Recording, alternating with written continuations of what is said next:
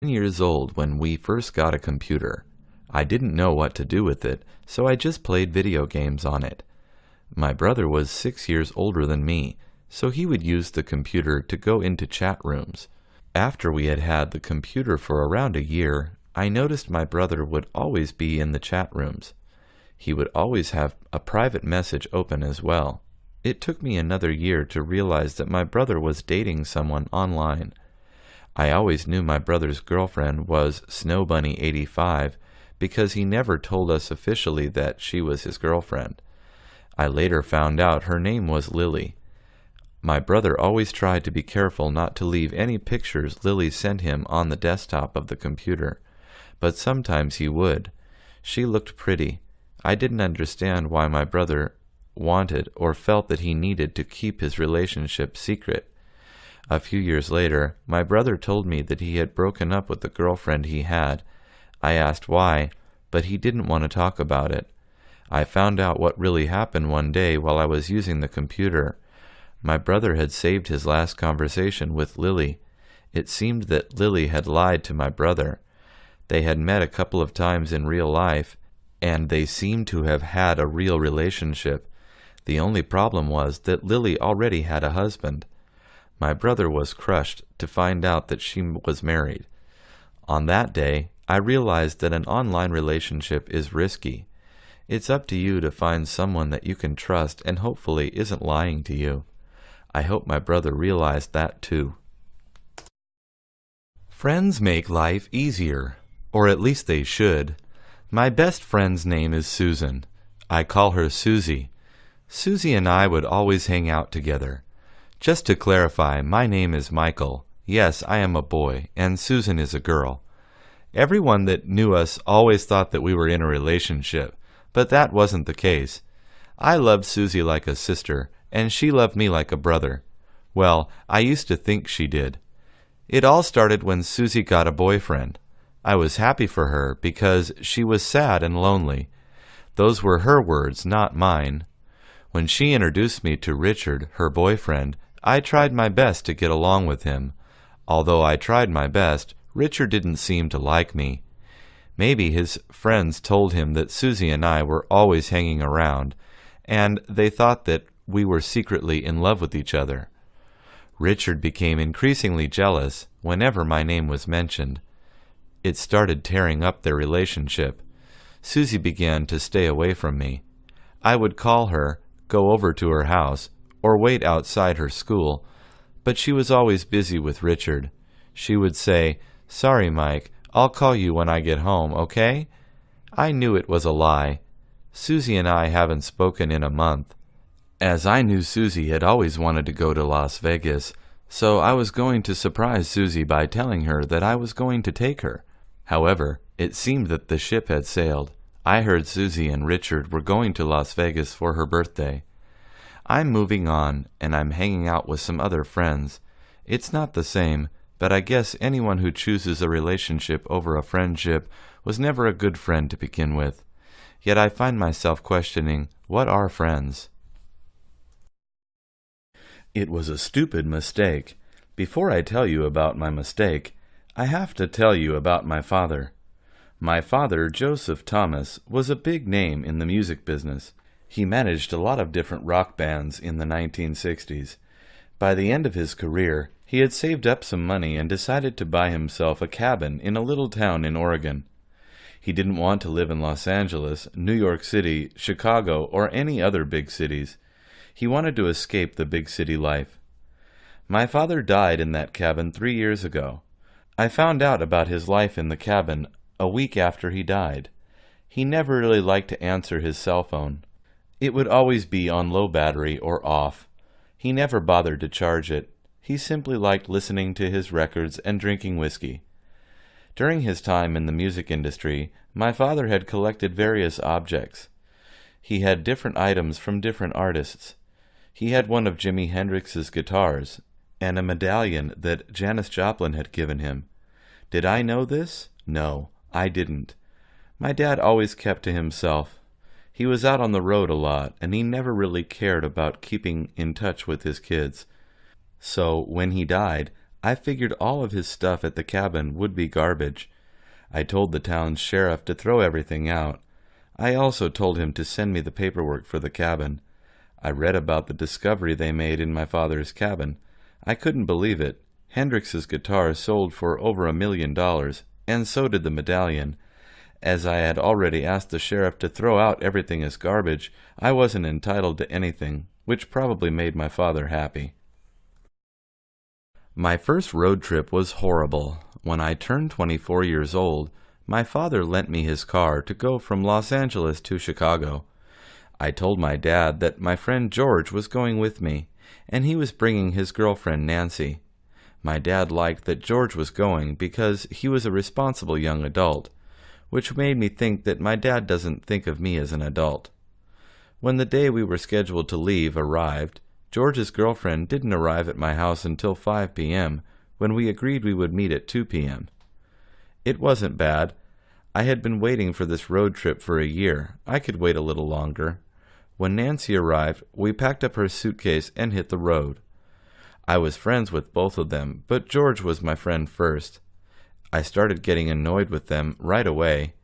Even though I had my music playing in the car, I could still hear them in the back kissing and calling each other baby, sweetie, sweetheart, and other nauseating cute names.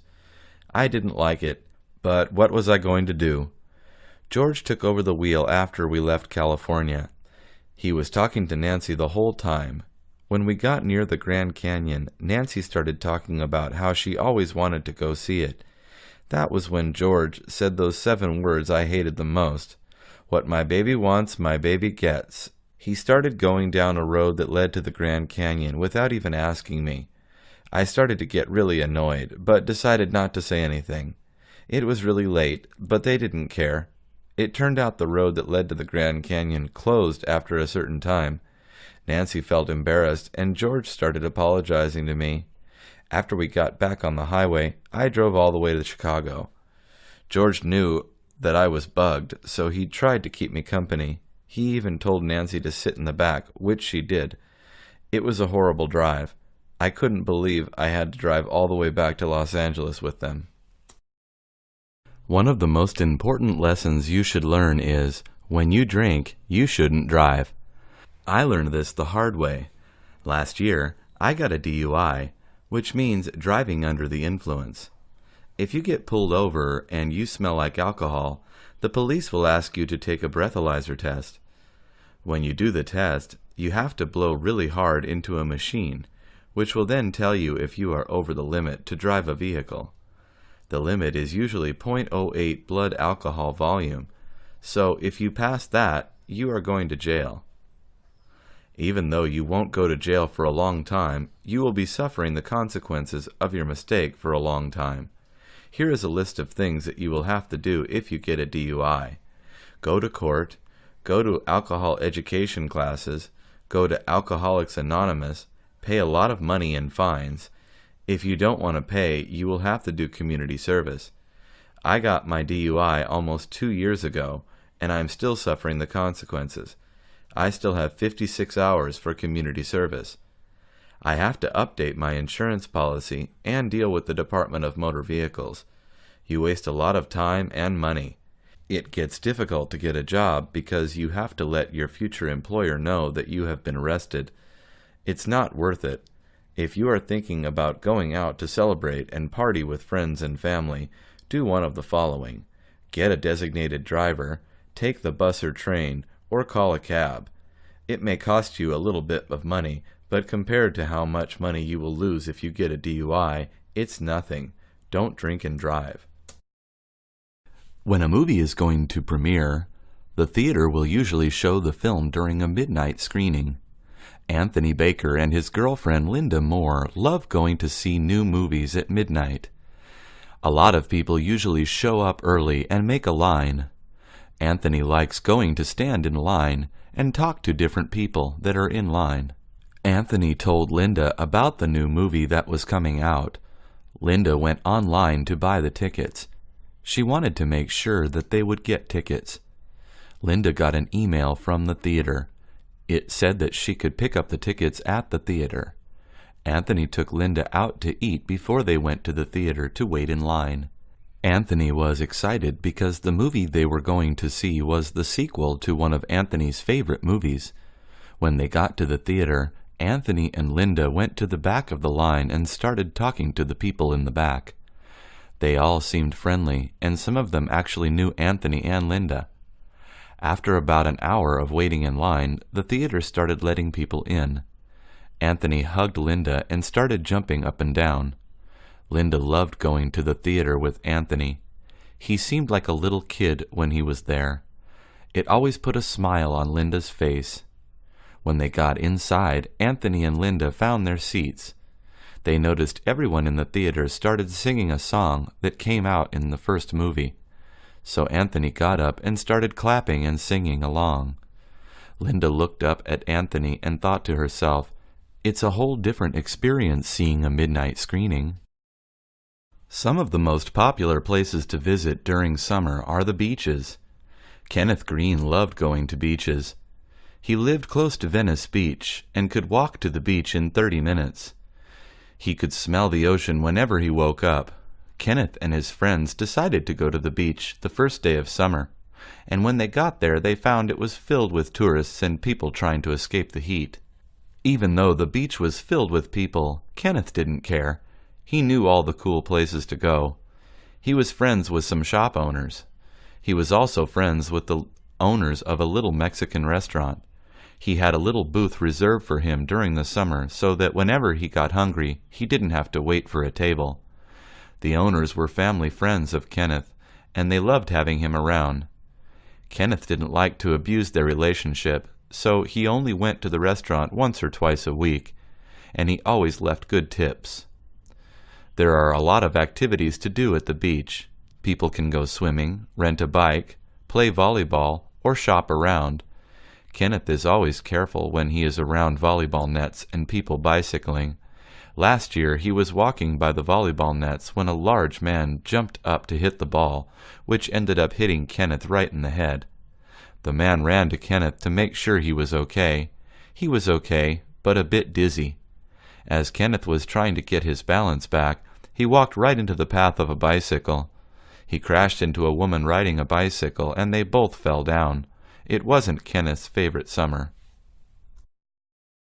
I had the worst birthday of my life last year. It all started when my sister Donna invited my ex-girlfriend Jennifer. For some reason, Donna and Jennifer started getting along after we broke up. How convenient, I told Jennifer. Donna was trying to make my life hell. I guess that's her job as the older sister. She was 20 years old, while I turned 17 years old last year. My mother had worked very hard to keep the party they were going to throw for me a secret. It didn't work, because Donna had a big mouth, but I was trying to keep up with the secret for my mother's sake. My dad got home from work and told my mom to get the kids so we could all go out for dinner. We showed up at my favorite restaurant, which was a private room in the back for parties. Everything went downhill as soon as I opened the door. My other ex-girlfriend, Sarah, was there, because she wanted to try to fix our relationship. I'll never forget the look on Donna's eyes. She looked like she saw a ghost. Donna grabbed Jennifer and told her to go outside. Jennifer and Sarah never got along. It might have something to do with me, but I'm not sure. Jennifer hadn't seen Sarah because Donna took Jennifer outside before she had the chance. I took Sarah by the hand and asked her who had invited her. She looked at me confused because apparently I had invited her through a text message a week ago. It was true. I invited her, but I never thought she would show up. When Jennifer finally came into the room, she saw Sarah and became very angry. She looked at me and started yelling at me. "Why is she here, Jason?" asked Jennifer. I looked at her equally angry and said, "What are you talking about? What are you doing here?" Jennifer started yelling at Sarah, and Sarah started yelling at Jennifer. They got so angry that they started fighting, which eventually got us kicked out of the restaurant. My mother was crushed when she got home. Donna got grounded for a month. That was one horrible birthday. Let me tell you about my family. They are embarrassing, to say the least. The first time I brought a boy home to meet my parents, they asked him countless questions that no parent should ask. When did you lose your virginity? Do you believe in Jesus Christ? How many sexual partners have you had? Safe to say, that boy I brought home stopped talking to me after he met my parents. I stayed single throughout my time at high school. It was not that I didn't like anyone, or that no one liked me. It was that my parents had a rule. They had to approve of whoever I would be dating.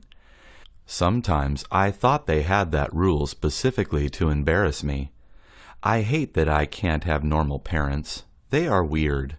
They like collecting old books and watching old movies. They listen to old records on an old record player. They say that it's better than listening to an iPod.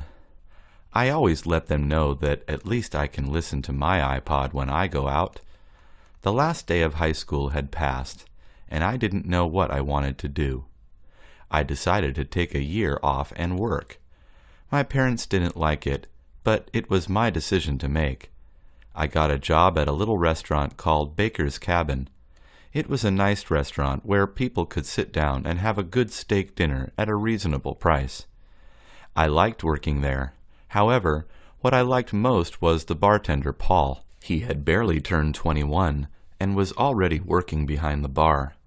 We started talking. I think he really likes me, but I don't want things to get awkward when he meets my parents. One day, my friend Susan told Paul that the only way he could date me was to meet my parents. Paul went over that night with some records his dad had given him and offered them to my parents. They went nuts and invited him in. They started asking him questions, but not about his sex life or religious beliefs. The questions were all about music. They really liked him, and they were actually acting normal. I think Paul is the guy for me. I got out of school at 7 p.m. and didn't have anything to do, so I started walking home. I lived an hour away from my school, so I got home around 8 p.m. When I opened the door to go inside, I saw my brother, my mom, and my brother's girlfriend all sitting down on the couch. My brother Jeff was sitting with his girlfriend Betty. I walked in slowly. I looked at my mom, who had tears in her eyes. It was very tense. I turned to Jeff. "She's pregnant," Jeff said. Jeff and his girlfriend started laughing and said, "Yes." I started jumping up and down with joy. I always wanted to be an uncle. My first reaction was to start screaming, "It wasn't me! It wasn't me!" I started screaming that because my parents always thought I was going to be the first one to give them a grandchild. They certainly didn't think Jeff was going to do it. I gave them each a hug and wished them luck. After 8.5 months had passed, Betty gave birth to a beautiful baby boy. My family and I were as happy as we could be. They named the baby Mark. Mark was the name of my father, who passed away a year ago. My brother said that he looked like my dad, so he decided to give him the name in honor of my dad. We all gathered at the hospital and started laughing, talking. We each took turns carrying the baby. It was the happiest moment in our family's history. We only wished that my father would have been a part of it. Jeff looked at baby Mark. He told me that my father's spirit was here. He would always be there to look over and take care of Mark. I smiled and gave him a hug. William Moore didn't trust the idea of marriage. He came from a broken family. His mother and father divorced when he was only 10 years old. Both of his 2 brothers had been married twice. Each marriage ended in divorce. Marriage is the end, William always said. His view on marriage always got in the way of his relationships. He would go out on dates with women who would always be looking for something serious. William wasn't looking for that. He wanted someone to have fun with, and that was all. William hadn't found someone he felt strongly about in a long time. The last time he truly felt something for a girl was during his last year of college. Her name was Linda. Linda was in William's math class. and she always helped William with his homework. They started hanging out after school and going on dates every week. When William told Linda about his views on marriage, she didn't get scared. In fact, she liked the idea. It's a lot of pressure. A lot of guys think that women just want marriage, you know? I don't. At least not right now, Linda said. William decided to give Linda a chance. He liked her. They had the same view on marriage. Yet, during the final month of school, Linda got an email that changed her life. She got a chance to go study in Europe. William didn't want Linda to go. Linda said that it was a once-in-a-lifetime opportunity. William even thought about proposing to Linda to see if she would stay, but he knew that she would not change her mind. He let her go. It made William sad. He didn't know if he wanted marriage, but he really wanted to have someone there for him. My last class of the day was my physical education class. I always hated it. For the past 3 years, people had found ways to embarrass me. Things weren't so bad at first. A basketball hit me in the head when I was talking to a girl. I was trying to climb the big rope in the gym and fell down in front of everyone, who started laughing. However, the worst thing was yet to happen.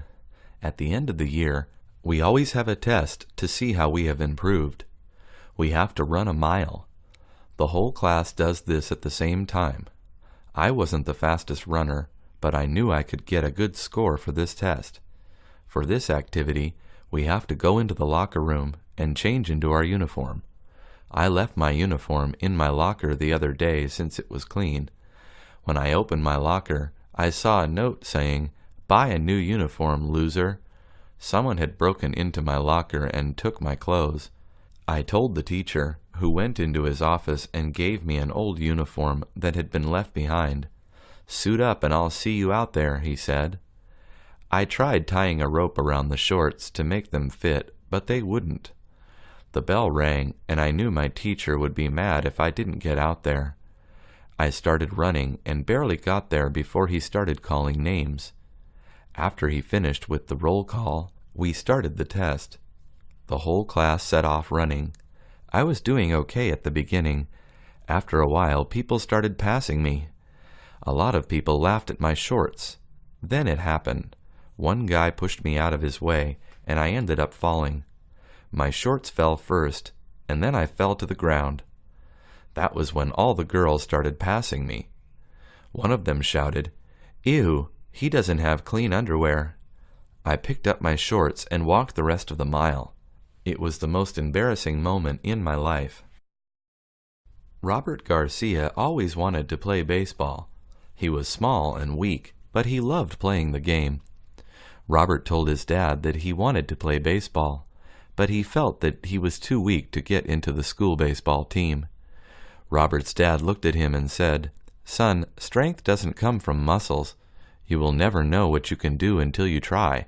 Go out there and try it. You have to take a chance." Robert was inspired. He went to the tryouts at school the next day.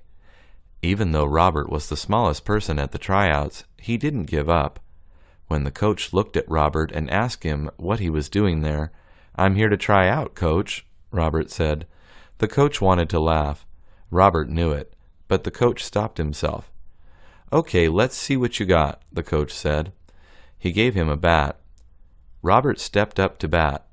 The pitcher threw a ball, and Robert swung as hard as he could. After he opened his eyes, Robert noticed that he had missed the ball. This happened 2 more times, and then he was out. The coach went out to talk to Robert. "Sorry, son, this sport is not for everyone." Robert didn't understand. He felt angry and sad. He thanked the coach for the opportunity and started walking off the field. Then he heard some of the guys making fun of him for being small. Robert couldn't take it anymore. He started running home. The coach saw Robert start running and couldn't believe how fast he was running. Robert was running faster than the team's fastest player. The coach told his assistant, "Go to the office and get me the home number for that kid." Robert got home and his dad told him the good news. He had gotten on the team. Robert couldn't believe it. He heard the coach's message. Sorry for not believing in you, Speedy. Welcome to the team. Charles and Richard were known around the school for being troublemakers. They weren't allowed to attend the school dance because they had gotten caught trying to sneak into the girls' locker room. Although Charles and Richard always got into trouble, sometimes they didn't deserve it. They just had a bad reputation. That's what happens when you have a bad reputation. The school dance was coming up. Charles and Richard had a plan about how to sneak in. They were really troublemakers this time. It was the tradition that before each dance, the school band would perform the school's song. Along with the band, our mascot would come out to dance. Our mascot was a bulldog, but we had both a male and a female bulldog. Charles and Richard decided to go into the dance as the bulldogs. They convinced the students who were going to be the mascots not to go. On the night of the dance, Charles and Richard entered the gym as the mascots. They were dancing and running around the dance floor, as mascots are supposed to do. Then the principal came up to say a few words and introduce the school band. Charles and Richard had a plan, though. After the band started playing, they got behind the principal and started carrying him. The principal started yelling, but Charles and Richard didn't listen. They started walking closer and closer to the pool that was on the other side of the gym. Before the principal realized what was going to happen, they let him go directly into the pool. Everyone started laughing. Charles and Richard ran out of the gym quickly. No one realized that they were Charles and Richard, of course. The next day, they got caught. They were really in trouble. Kevin Turner was a trusting guy, but his girlfriend Carol Adams wasn't so trusting. Whenever Kevin wanted to hang out with his friends, Carol would look at him and say, "Who are you really seeing?" At first, Kevin took it as a joke, but soon Carol started getting carried away with it. When he went out with her, she would lie about not having her phone just so she could see his phone. She would check his text messages and calls. She would check his Facebook and Twitter. I asked Kevin one day why he was still with her. He simply said that he had a plan. I was curious about his plan, but he didn't want to tell me what it was. After they had been going out for a couple of months, Kevin started going out to clubs, and Carol would always tag along. Kevin would say that he forgot his wallet and if she could pay. Apart from being jealous, Carol was actually willing to pay for a lot of Kevin's things. It turned out that all that jealousy had turned Kevin into a different person. Kevin started getting Carol to buy him things. She paid for his cell phone, for his car payments, for his clothes, and for his rent. I asked Kevin why he was still with her. He told me that he had another plan. One day, Carol had a fight with her best friend. When it was all over, she went to talk to Kevin at his house, but he wasn't home. It turned out that Kevin had always liked Carol's best friend. He kept it secret, but once he found out that they had started fighting, he realized that it was his chance. Kevin eventually got in a relationship with Carol's best friend. Carol eventually got over Kevin. "Jealousy is not a good look on a person," Kevin said. He told me that he did what he did because of how jealous Carol was. Brian Nelson got his first skateboard when he was 9 years old. He started skating right away. He had friends at school that knew how to skate, so he would go to their houses after school. As time went by, Brian got better and better at skating. He could do a lot of tricks on his skateboard. But what Brian really loved was jumping over stairs with his skateboard. His record was 15 stairs, but he wanted to beat that record. Brian and his friends went to the Hollywood 18, where a lot of skaters go to make skating videos. Brian knew that if he jumped over those stairs, he would become a legend with his friends. As he went up to the stairs, he started counting each stair one by one. He wanted to make sure they passed 15. On his first try, Brian jumped off his skateboard and landed on the grass next to the stairs.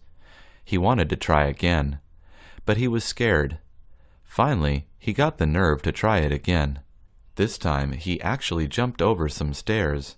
Unfortunately, he didn't pass the 16th step in the staircase. He fell off his board. But he didn't get that hurt. Some girls were looking at Brian and asked him if he could do it again.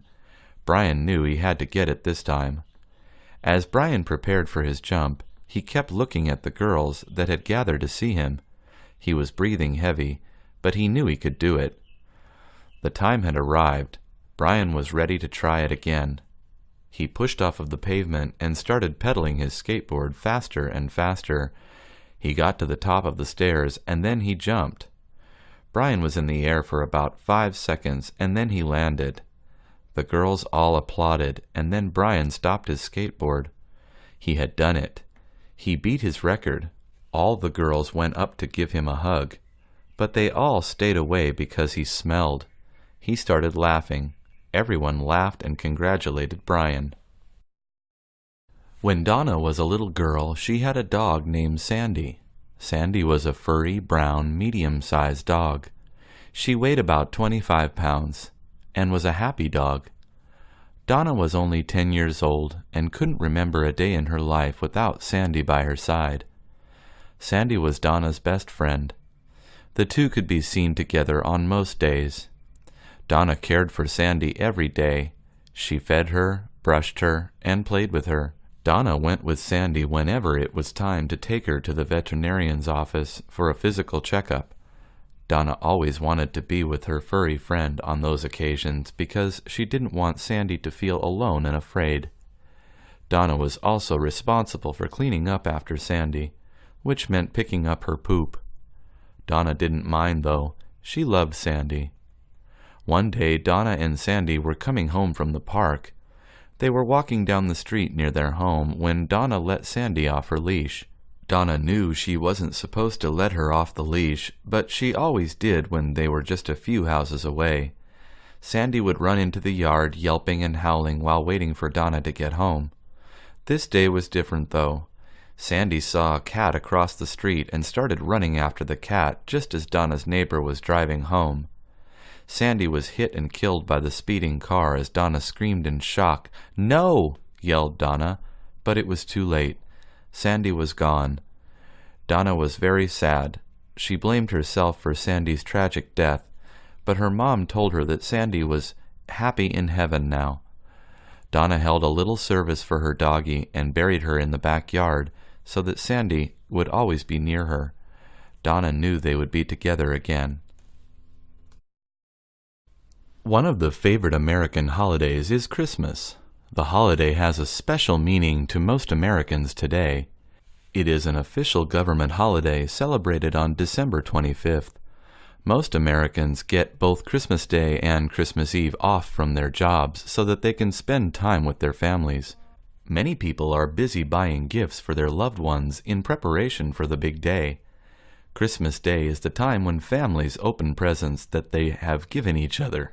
The presents are wrapped in beautiful paper and usually include a colorful bow with a tag with a person's name on it. These presents are placed under a tree that is brought into their home and decorated with bright ornaments by the entire family. When Michelle was a little girl, she loved helping her mom and dad decorate the Christmas tree. It all began by going to a Christmas tree lot, where vendors sold freshly cut trees to the public. Families can walk through the lots to pick the tree that is right for them. Michelle loved going to shop for a tree because of the sweet aroma that would come from the trees. "I like this one, Daddy," Michelle said. "It's perfect," her dad agreed, and bought the tree. It was just the right size, with full green branches. Once the tree was brought home, Michelle helped her mother place the tree in the right spot and began decorating it. Her brothers and sister would help too. This was always a great family tradition. They put a string of flickering lights around the tree, along with pretty ornaments of different kinds. Each family member got to place their own special ornament on the tree right where they wanted to. The colors blue, green, yellow, and red would blink on and off, and would shine brightly, reflecting off the ornaments. As the family stood and viewed the decorated tree, all were smiling. Michelle turned to her father and said, "Thank you, Daddy." Stephen Baker loves his car. He owns a beautiful 1977 Chevrolet Corvette that he bought many years ago. Steve, as he is known to his friends, got a deal on the car. He bought it from a guy who was the original owner. This is the best possible situation a used car buyer can find. The car culture in California is unique. Detroit automakers look to California for trends to include into their car designs. Many people in California like lower cars, which make them look sleeker and more streamlined. This comes from the practice of cruising the boulevard, an activity that is very popular among people of all ages, especially in Southern California. It was Saturday night in August. Steve gave me a call to see what I was doing that night. "Hey, let's go cruising, brother," said Steve, and of course I said yes. I love cruising in his car. The girls loved that car. It was a two-seater, with a T-top roof that is removable. That night we cruised Van Nuys Boulevard, a popular street where lots of young people like cruising. This is where guys can meet girls and vice versa. It wasn't long before we spotted a carload of girls in an old Ford Thunderbird. "Hey," I shouted to the girls as we came up near them. "Anyone want to cruise with us?" I said, and to my surprise, a couple of young blondes jumped in and we drove away. It was a tight fit, but the girls were small and thin. I was in heaven. Before long, I was dating one of them, and Steve dated the other.